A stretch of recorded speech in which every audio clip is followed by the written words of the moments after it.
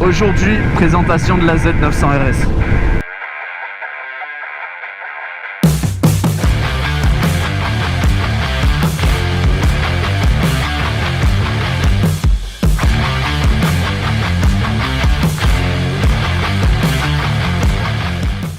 Alors la Z900 RS c'est quoi? C'est un roadster néo-rétro 948 cm3 de 111 chevaux et 10 mètres kg de couple. Au moins c'est assez posé là, j'en reparlerai pas parce que réellement j'en ai rien à foutre. Mais ce qui m'intéresse dessus c'est de savoir si la Z900 RS est la digne descendante de la moto dont elle s'inspire, c'est-à-dire la Kawasaki Z1. Alors la Kawasaki Z1 c'est quoi? C'est un roadster des années 70, 4 cylindres 4 temps, de 80 chevaux. Et là vous me dites bon, ça fait pas rêver, c'est pas dingue, le 4 cylindres 4 temps on connaît ça, il y en a plein. Les 80 chevaux, bon, ça fait plus rêver personne. Sauf que dans les années 70 et au début des années 70 quand elle sort, c'est un monstre. Voilà, c'est l'équivalent de nos super roadsters. Tous les journaux en parlent, c'est un monstre à la Z1. C'est ce qui marche le mieux, c'est une des motos les plus performantes de son temps. Et c'est là que ça devient intéressant dans le comparatif. C'est que la moto a de réelles capacités, elle a une architecture moteur particulière. Aujourd'hui ça nous étonne plus le 4 cylindres 4 temps, mais à l'époque on a beaucoup de 2 temps, en tout cas les motos les plus performantes sortaient en 2 temps. Et là on a une moto performante en 4 temps 4 cylindres, c'est plutôt intéressant. En fait la Z1 nous fait rentrer dans une nouvelle ère et c'est devenu une icône. Et c'est ce qu'on va voir en fait avec cette moto. Est-ce que elle mérite de s'inspirer de la Z1? Au premier abord on se dirait non, un peu comme toutes les néo-rétro, c'est-à-dire que on n'a pas l'aura, on n'a pas le caractère. Voilà, les motos sont un peu plus lissées, un peu plus accessibles. On se sent pas sur une ancienne.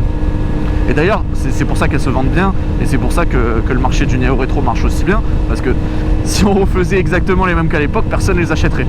Sans déconner. Mais on perd en caractère, on se retrouve en fait avec des roadsters modernes. Là en l'occurrence c'est un Z900, hein. Un peu modifié, le moteur aussi, je crois qu'il est un peu plus coupleux, mais en soi on se retrouve avec un Z900. Là on va voir que pas tant, et on va voir que là pour le coup c'est pas qu'une gueule. Et c'est vrai que c'est l'idée que je me faisais un peu des néo-rétro, c'est que c'est une gueule, mais une moto moderne, du coup on perd un peu tout le plaisir qu'on pourrait avoir sur une ancienne, hein. Pour la 90 c'est par exemple la R100, même s'il y a eu pas mal de modèles avec ce flat et ce style. Là c'est la Z1, donc on se retrouve pas sur ces anciens modèles en fait. À part la gueule, en général ils ont rien à voir.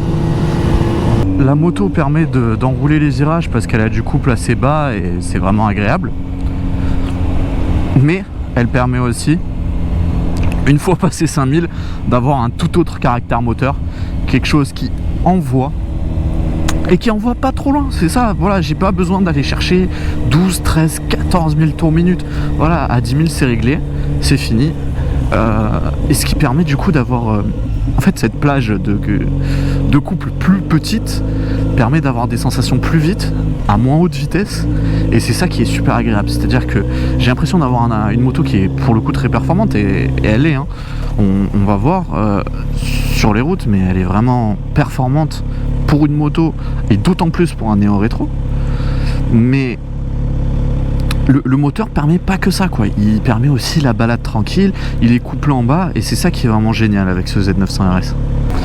La moto en fait elle a deux visages. De 2000 à 5000 c'est une moto qui a du couple, et vraiment pas mal de couple. Je serais curieux de voir la courbe de couple de cette moto, parce que j'ai rarement connu des 4 cylindres qui repartaient aussi bas. Voilà, là vous voyez on est presque en sous-régime, en 5. Ça repart tout seul. Ça repart tout seul. Donc ça la rend top pour la balade. Elle est vraiment accessible à tout le monde, hein, cette moto. À défaut de la Z1, je trouve que celle-ci est accessible à tout le monde. Bon, ce qui est normal, on n'est pas du tout dans la même époque. Mais elle va vous permettre de faire de la balade tranquille, et qui veut juste la gueule, et je le comprends, juste la gueule d'une ancienne. Voilà, une ancienne Kawa, et juste faire de la balade tranquille, pas s'embêter. Voilà. Et pour autant qu'il veut pas reprendre une ancienne pour pas avoir de soucis, ben, la moto elle est faite pour lui. Par contre, celui qui aime la moto, aime cette gueule, qui veut une gueule d'ancienne, mais qui veut des performances actuelles, ben, elle est aussi faite pour lui. Et puis celui qui cravache un peu plus, voilà, mais qui veut quand même quelque chose qui ait cette gueule un peu plus sage, un peu plus ancienne, ben, et là ça marche aussi. Donc je sais pas trop à qui la déconseiller, parce que je pense qu'elle correspond à beaucoup de marchés. Je pense que voilà, même moi qui aime bien des fois un peu arsouiller, ben je pourrais prendre ça.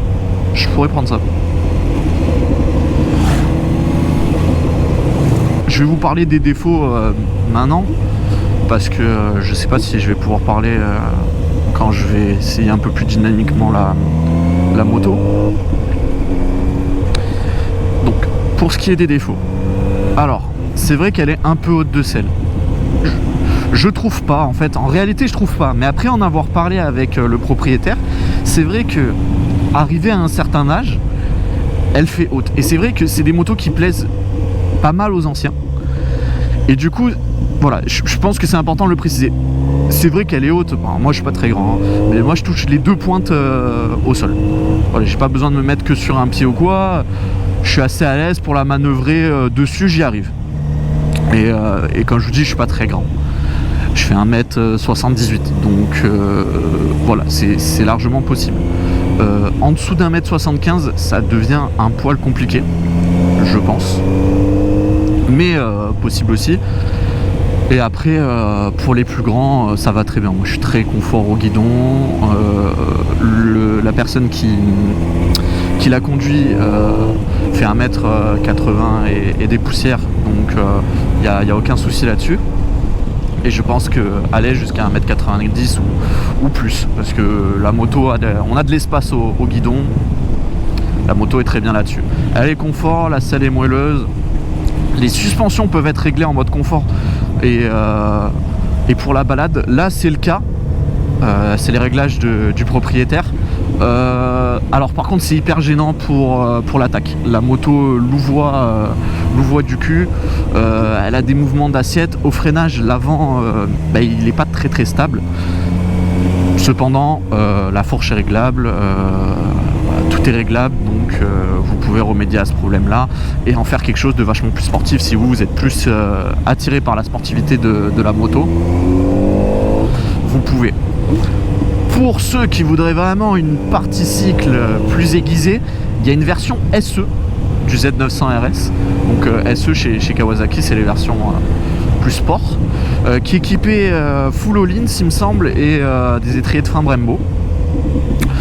Je n'ai pas trouvé que ça manquait de freinage. Ça manque de mordant, certes, mais ça rend la moto accessible. C'est-à-dire que voilà, si vous prenez un peu le frein fort, vous n'avez pas l'habitude, ça se fait très bien. Et pour autant, malgré qu'il n'y ait pas un mordant exceptionnel, le frein est puissant. Le frein arrière est top, il mord assez fort et ça c'est cool. Le seul truc c'est que l'ABS se déclenche vite, ce qui est dommage parce que pour une fois le frein arrière sur une moto est chouette. Il n'y a pas beaucoup de motos où le frein arrière est aussi bien fait. Et l'ABS n'est pas déconnectable. Enfin, du moins électroniquement, je pense qu'environ le fusible ça le fait, mais je vais pas vous mentir que j'ai pas essayé. Donc on va le voir. Donc moteur assez sportif et même partie cycle assez sportive. Cette fourche inversée, la grosse fourche inversée qui est super, faudrait que je la voie avec de meilleurs réglages, mais elle permet déjà de mieux régler la moto quoi. Vous n'êtes pas juste là avec une fourche qui est pas réglable, un amortisseur pas réglable. Là vous pouvez tout régler en fait. Vous la réglez comme vous voulez, comme vous roulez en plus. Donc si vous roulez sportivement, il y a moyen de rigidifier tout ça ou de passer peut-être sur la SE. Mais la SE qui pour le coup est plus chère et je trouve concerne moins de monde. Je pense que la SE elle est vraiment pour les sportifs, mais les mecs qui veulent taquiner. Parce que celle-ci, ou les mecs qui aiment la gueule aussi, qui voulaient du all-in, ça je peux le concevoir aussi. Mais celle qui est vraiment intéressante pour moi, c'est celle-là, quoi. Parce qu'elle permet beaucoup déjà. Je pense qu'il faut être assez aguerri pour atteindre les limites de cette bécane. Elle a de vraies bonnes capacités. Et en fait, c'est ça que je voulais dire. C'est là où elle me fait penser à la Z1. C'est-à-dire que effectivement, c'est pas une moto iconique. Effectivement, elle révolutionne rien dans le monde de la moto.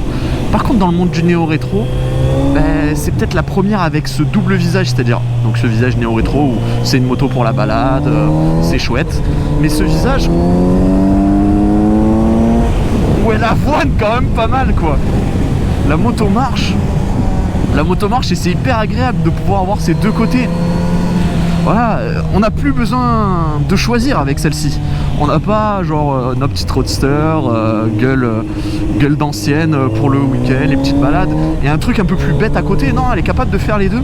Elle est capable d'être une moto pour débile, et je me mets là-dedans. Voilà, elle est capable d'être une moto pour faire des petites macaqueries, mais elle est capable aussi d'être une moto pour la balade et pour aller boire le café le week-end, quoi. Elle s'adapte à votre humeur, en fait.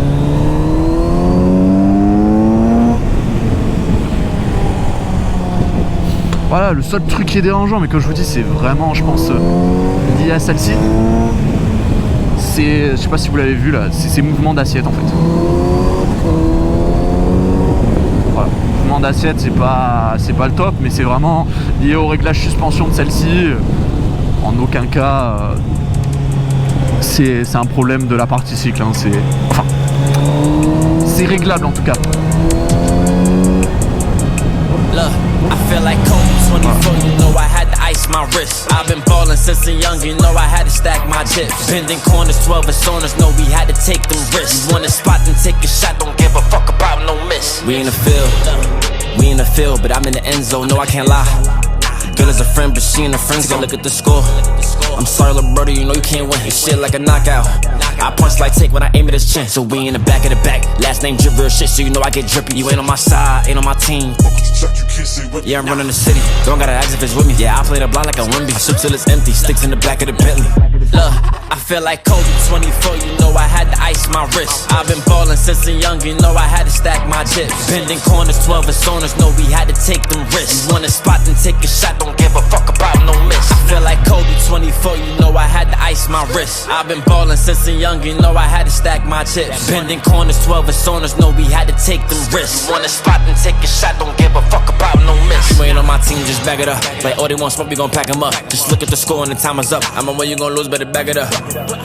Pack it up, like, oh, they want smoke, we gon' pack them up. Just look at the score and the time is up. I'm on where you gon' lose, better back it up. Yeah, add it up, send me the work, I back it up. Zip, they mad as fuck, cause I get it back and I rack it up.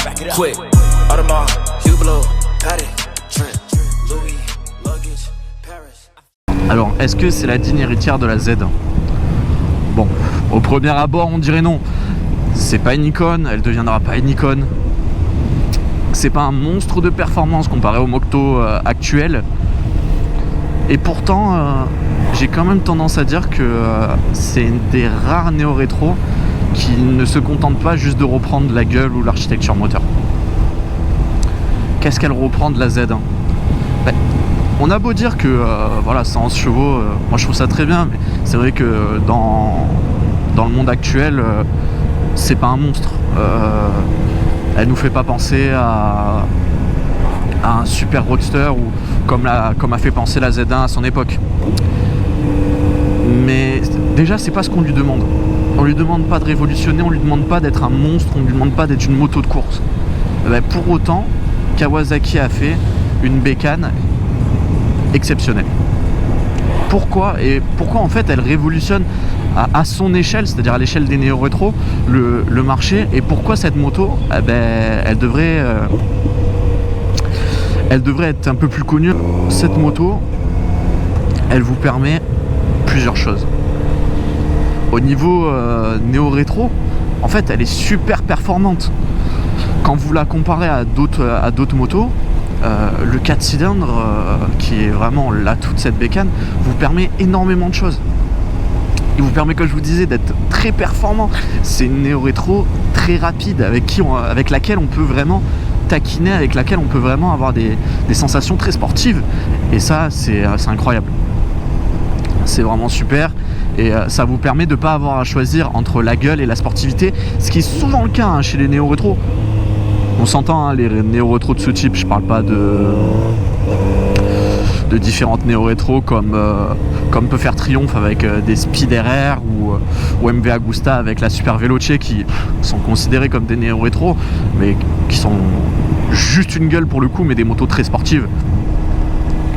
Non, là on a une néo-rétro qui est vraiment sport, qui permet d'avoir de réelles sensations. On n'a pas besoin de choisir. Voilà, si on aime la gueule néo-rétro mais qu'on aime le sport, ben on a les deux. Et c'est en ça que je trouve qu'elle, je ne veux pas dire révolutionne, mais qu'elle marque un changement dans le néo-rétro.